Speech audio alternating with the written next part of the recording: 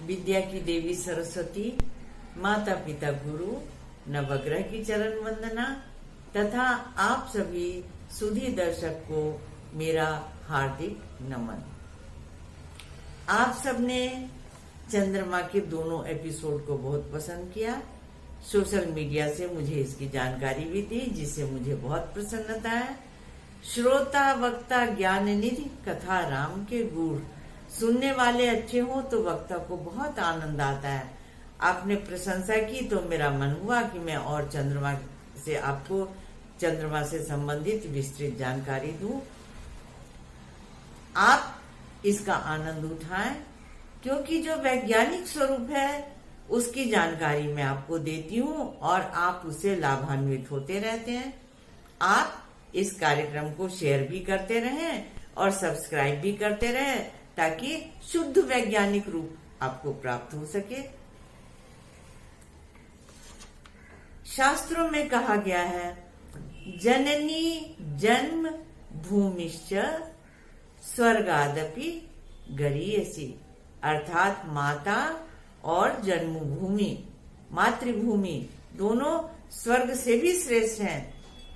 तो सबसे ऊंचा स्थान माता का होता है। अगर माता ही न हो तो हम धरती पर जन्मभूमि पर कैसे आ पाएंगे।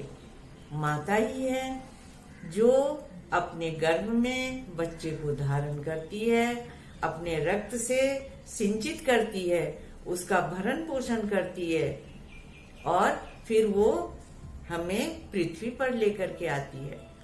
चंद्रमा आपको मैं पहले भी बता चुकी हूँ, माता का कारक होता है।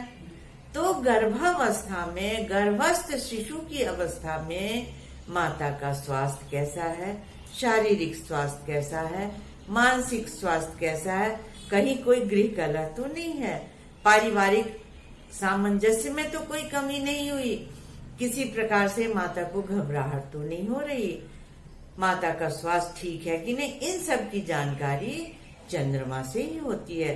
चंद्रमा अगर बलवान हो तो माता की स्थिति भी अच्छी होगी। कहीं ऐसा तो नहीं कि गर्भावस्था में चंद्र ग्रहण अथवा सूर्य ग्रहण पड़ा हो। आप तो जानते ही हैं कि सूर्य की रोशनी से ही चंद्रमा प्रकाशित होता है। तो अगर सूर्य ग्रहण हुआ तो चंद्रमा भी दूषित हो जाता है, और चंद्र ग्रहण हुआ तो भी रश्मियां हमारे ऊपर में सही नहीं हो पाती। आजकल बहुत जगहों पे मैंने देखा कि लोग चंद्र ग्रहण एवं सूर्य ग्रहण का मजाक उड़ाते हैं।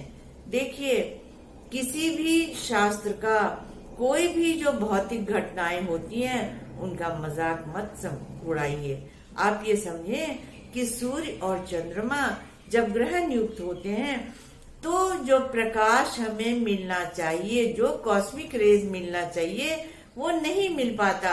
सूर्य अगर ग्रहण से ग्रसित हो गया तो अल्ट्रावायलेट रेज निकलने लग जाती हैं, जो हमारे लिए बहुत हानिकारक होती हैं। इसीलिए ग्रहण के बाद नहाने की परंपरा पड़ी हुई है, ताकि जो भी दुष्प्रभाव हो वो समाप्त हो जाए।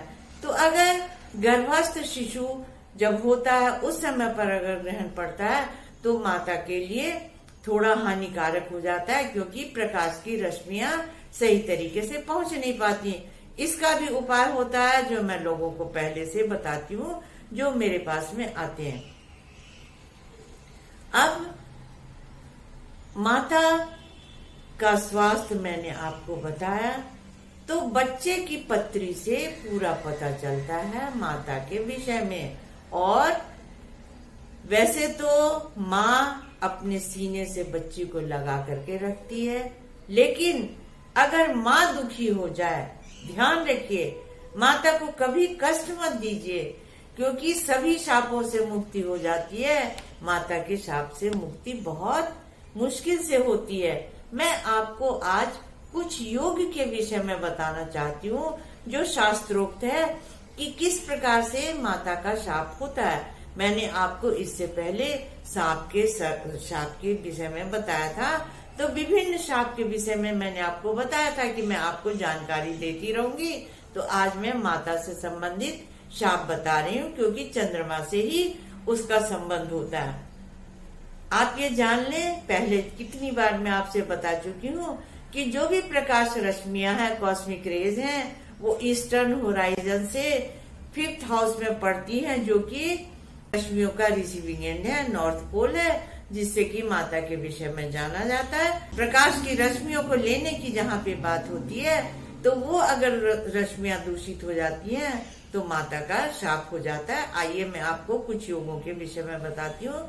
सबसे पहले तो जानिए कि अगर पंचमेश अर्थात माता का स्थान का स्वामी अगर छठे में पापग्रह के साथ में बैठ जाए तथा लग्नेश नीच का हो तो माता के शाप से संतान की हानि होती है। चंद्रमा अगर नीच का हुआ, नीच का अर्थात वृश्चिक का, और पापग्रह चतुर्थ में बैठ गया तो माता के शाप से संतान की हानि होती है। अगर एकादश स्थान में शनि हो और चौथे भाव में पापग्रह हो तो माता के शाप से संतान की हानि होती है, क्योंकि एकादश भाव में गए हुए ग्रह पंचम भाव को चारों चरण से देखते हैं। पंचमेश चंद्रमा नीच राशि में हो अथवा पापग्रह से युक्त हो अथवा चतुर्थ एवं पंचम में पापग्रह हो तो भी चंद्रमा के शाप से संतान की हानि होती है या संतान सुखी नहीं रह पाता। पंचमेश अगर छठे, 8वें, 12वें हो तथा लग्न में और पंचम में पापग्रह हो तो भी माता के शाप से संतान की हानि होती है। सुखेश अर्थात चतुर्थ भाव का स्वामी मंगल, शनि, राहु युक्त हो तथा लग्न में सूर्य और चंद्र हो तो भी माता के शाप से संतान की हानि होती है। सूर्य के साथ में जब चंद्रमा होता है तो वो क्षीण हो जाता है। अगर छठे, 8वें, 12वें भाव के स्वामी लग्न में हो तथा 12वें भाव में चतुर्थ भाव का स्वामी चंद्रमा एवं बृहस्पति पापग्रह से युक्त हो तो भी संतान की हानि होती है। 8वें भाव में मंगल एवं बृहस्पति राहु युक्त हो तथा 5वें भाव में शनि चंद्र हो तो भी संतान की हानि होती है। इसलिए ये तो बहुत सारे असंख्य योग हैं, मैंने आपको कुछ योगों के विषय में बताया। और शाप अगर होते हैं तो शाप की मुक्ति का उपाय भी होता है, जिसके विषय में भी मैं आपको आगे जानकारी देती रहूंगी। और बहुत सारे योग ऐसे होते हैं जिसके विषय में भी मैं आपको हमेशा जानकारी देती रहूंगी, क्योंकि आप इतने उत्सुक हैं कार्यक्रम को देखने के लिए, इसलिए मुझे भी बहुत आनंद आता है। अब आप कार्यक्रम को देखिए, प्रसन्न होइए, अपनी मानसिक स्थिति को दृढ़ रखें, तभी तो आप कार्यक्रम का आनंद उठा सकेंगे। मन अगर आपका संतुलित नहीं हुआ, शांत नहीं हुआ, तो कार्यक्रम देखेंगे कैसे। मैं आपको जानकारी देती रहूंगी। Stay tuned. तब तक के लिए नमस्कार।